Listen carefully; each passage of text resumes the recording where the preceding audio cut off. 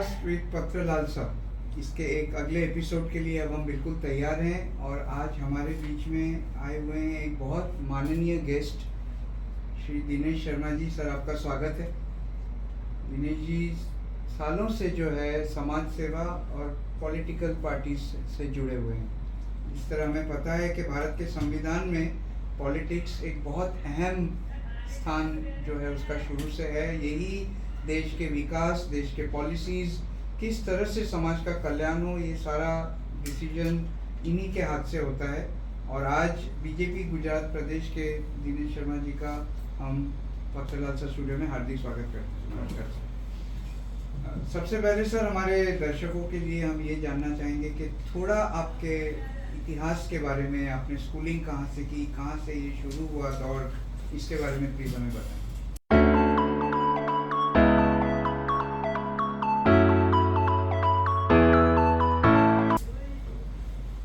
विद्यार्थी काल में जब मैंने कॉलेज में प्रवेश किया, मैंने देखा कि कॉलेज में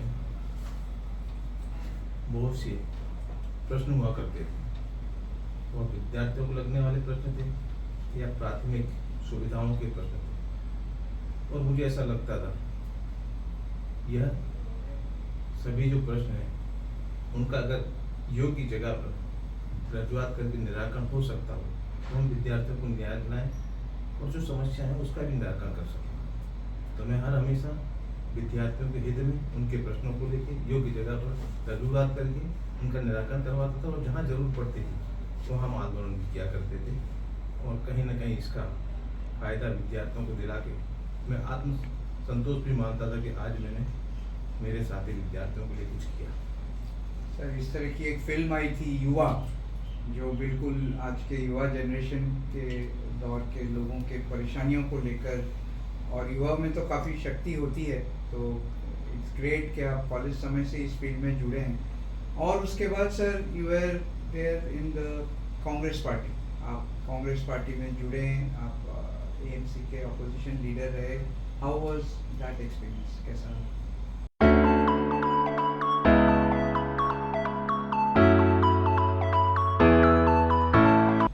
सबसे पहले तो मैं कॉलेज में इलेक्शन लड़ा करता था, उसके बाद मैं यूनिवर्सिटी में भी 92 से 95 तक वेलफेयर मेंबर रहा। यूनिवर्सिटी के गुजरात के विद्यार्थियों ने मुझे चुना, अपना प्रतिनिधि चुना। उसके बाद मैं जिस तरह विद्यार्थियों के प्रश्नों को लेकर लड़ता था, सरकार के सामने लड़ना भी पड़ता तो सरकार के सामने भी लड़ता था। और मेरे लड़ायक मिजाज देख के गुजरात कांग्रेस कि NSUI national student union of India का मुझे शहर अध्यक्ष बनाया गया। शहर अध्यक्ष बनने के बाद जहाँ जहाँ अहमदाबाद में विद्यार्थियों को अन्याय होता था, कॉलेज की प्राथमिक सुविधाएं, कहीं सरकार या यूनिवर्सिटी फीस बढ़ा देती थी और विद्यार्थियों को ऐसा लगता था कि अधिक फीस बढ़ा दी है, उस समय हम आंदोलन करके फीस जो बढ़ाई हुई फीस वापस भी खिंचवाते थे और विद्यार्थियों के प्रश्नों के निराकरण भी करवाते थे। बस इसी तरह मैं आगे बढ़ता गया। कांग्रेस पार्टी ने 2000 की साल में मुझे अहमदाबाद शहर के म्यूनसिपल कॉरपोरेशन के इलेक्शन में उम्मीदवार बनाया और कुबेर नगर की जनता ने भरपूर प्रेम देकर मुझे विजय बना के अपना प्रतिनिधि चुना। उसके बाद लगातार मैं जन सेवा में जुटा हुआ हूँ। ये है दिनेश शर्मा जी, जो आते हैं ताजमहल के शहर आगरा से, इसीलिए मुझे लगा कि हम सर हिंदी से अपनी बातचीत शुरू करें। बट आपकी कर्मभूमि गुजरात रही है, आप बॉर्न यहाँ हुए हैं, आपने गुजरात की जनता के लिए काम किया है। अलग अलग 3 वार्ड से आप अलग अलग समय में जो है उस जनता के प्रेम से आप नियुक्त होकर आए हैं। तो सर आ एक्सपीरियंस क्यों रही हूँ आज सुधी? हमारी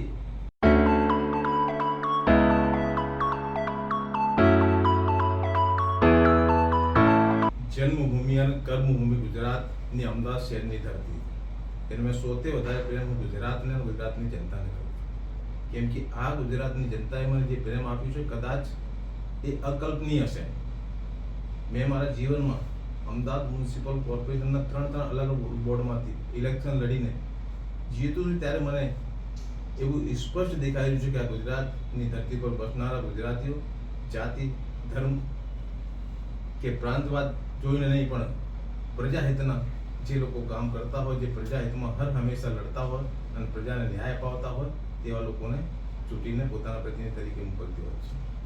સર, હાલમાં જ અત્યારે બંગાળનું ઇલેક્શન્સનું અમે જોયું કે રિઝલ્ટ્સ કેવી રીતનું થયું છે અને ટીએમસી કદાચ એટલે તૂટી પડ્યું કે ત્યાંના જે તમારા જેવા લીડર્સ છે એવું કહે છે કે અમે કોઈ બીજેપી કોંગ્રેસના વિચારધારા કે ટીએમસીના વિચારધારા નહીં, લોકો સાથેનું અમારું પ્રેમ, લોકો સાથેનું કનેક્ટ, લોકો સાથે જે અમને સમર્થન મળ્યું છે અને એના જે પ્રશ્નોના નિરાકરણ માટે અમે કામ કરીએ છીએ, એના માટે પછી સહયોગ એવું બી જોઈએ કે એક પાર્ટી સાથે આપણે એવી રીતે જોડાય જે આ લોકોના બધું વસ્તુને સમજી શકે. તો બીજેપીમાં તમારું આગમન કયા વર્ષમાં કેવી રીતે થયું છે?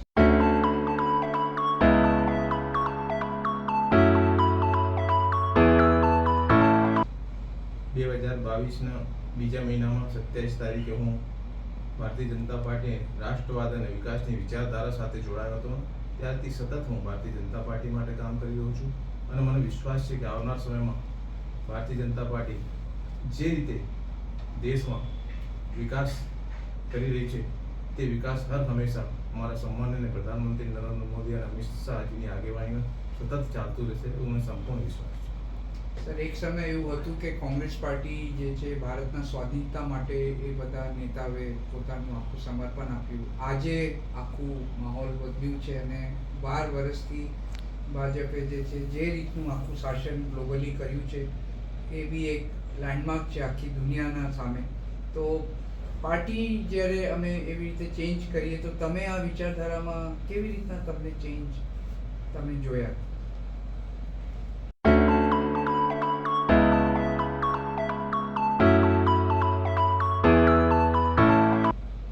કોઈ પણ કાર્યમાં જો સફળ થવું હોય તો તમારે બલિદાન આપવું પડે છે. મને એવું લાગ્યું કે દેશમાં જે રીતે જાતિવાદ, ધર્મ, ભાષાના નામે જે વિખવાદો ચાલી રહ્યા છે એ વિખવાદોમાં તટસ્થ રીતે જે સરકારોને કામ કરવા જોઈએ એ ત્યાંની લોકલ સરકાર કામ નથી કરી રહી અને તેના કારણે દેશમાં જે વિભાજન થઈ રહ્યું છે અને ભવિષ્યમાં દેશના ટુકડા થઈ જશે એ મારા મનમાં વિચાર આવ્યો. ત્યાર પછી મને એવું લાગ્યું કે રાષ્ટ્રવાદની વાતો કરીને જે પાર્ટી દેશમાં આગળ વધી રહી છે, લોકો માટે કામ કરી રહી છે, કેમ આપણે એ પાર્ટીમાં જોડાઈને આપણે પણ રાષ્ટ્રવાદની ભાવના સાથે દેશના લોકો માટે કામ કરીએ અને દેશની વિકાસની વિચારધારા સાથે આપણે જોડાઈએ. આ તમામ વિચારો સાથે ભારતીય જનતા પાર્ટી. સર, આજની યુવા પેઢી જે રીતે તમે તમારા કોલેજમાં you are a role model, આજની યુવા પેઢી કદાચ પોલિટિક્સને આજ સુધી સમજી નહીં શક્યા અને એવી રીતનું લાંછનો આવે છે કે it's a very dirty game, politics is not a field, not a profession. તમે તો આટલા વર્ષોથી આ ફિલ્ડમાં લોકોના સેવા કરીને આગળ આવો છો, તો તમે આજની યુવા પેઢીને શું કહેશો આપણા આ ફિલ્ડ? હું આજની યુવા પેઢીને બસ એટલું જ કહીશ કે આપ હંમેશા સત્યની સાથે રહો અને પ્રજા હિતમાં જે પણ કામ હોય તે કામ કરવા માટે આપ આગળ વધો. ભગવાન આપને સાથ આપશે અને પ્રજા પણ આપની સાથે રહેશે. કોઈ પણ ડર્ટી પોલિટિક્સ સાથે એ તમને ક્યાંય નુકસાન નહીં કરી શકે. સર, જે રીતે આપણી વાત ચાલતી હતી, હું અત્યારે રોટરી ક્લબના મેમ્બર છું અને અમારા રોટરીના જૂથ બી એવા સમાજલક્ષી કામો કરવા માટે વી try to find new projects. એટલે તમે કેવી રીતે અમને મોટિવેટ કરી શકો અને અમારા માટે તમારો શું સંદેશ હશે? How to help people?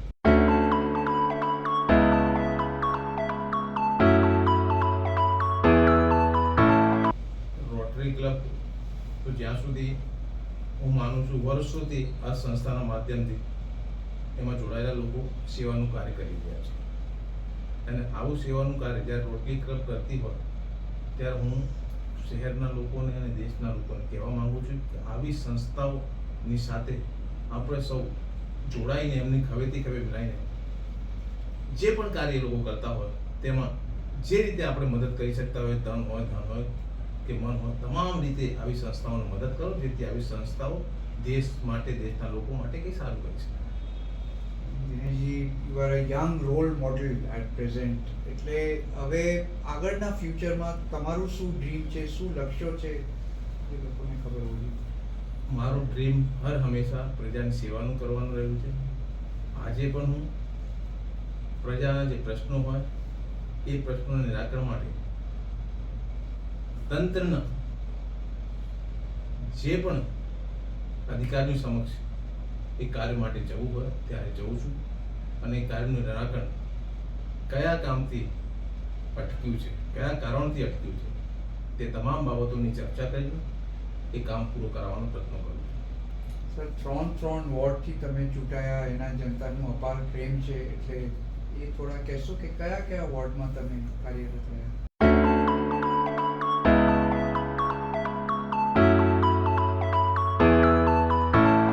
હું સૌથી પહેલા અમદાવાદ મ્યુનિસિપલ કોર્પોરેશનના કુબેરનગર વોર્ડમાંથી ચૂંટાયો હતો. ત્યાર પછી બીજી વખત નરોડ વોર્ડમાંથી ચૂંટાયો હતો. ત્રીજી વખત ઇન્ડિયા કોલોની બોર્ડમાં ચૂંટાઈને અમદાવાદ મ્યુનિસિપલ કોર્પોરેશનમાં વિપક્ષના નેતાની જવાબદારી પણ પાર્ટીએ મને આપી હતી અને એ જવાબદારી ખૂબ જ નિષ્ઠાપૂર્વક મેં નિભાવી છે અને તેના જ કારણે આજે અમદાવાદ શહેરના યુવાનો લોકો મને પ્રેમ કરે છે. હા સર, અને કોઈ ફોર્થકમિંગ પ્રોજેક્ટ્સ જેના વિશે તમે અમને જાણકારી? અને પાર્ટી જે પણ જવાબદારી આપશે, પાર્ટીની જે જવાબદારી આજે છે, કાલે જે પણ આપશે, તમામ જવાબદારી નિષ્ઠાપૂર્વક નિભાવીને પાર્ટીને સંગઠન રીતે મજબૂત કરીને અને લોકો પણ પાર્ટીની વિચારધારા સાથે જોડાવે તે પ્રકારે કામ કરું છું. તમારો સર ખૂબ આભાર કે તમે આજે અમારા વચ્ચે આવીને આવી રીતે પોલિટિક્સના વિશે તમે મોટિવેટ કર્યા. એટલે Gujarat is a role model in the whole nation.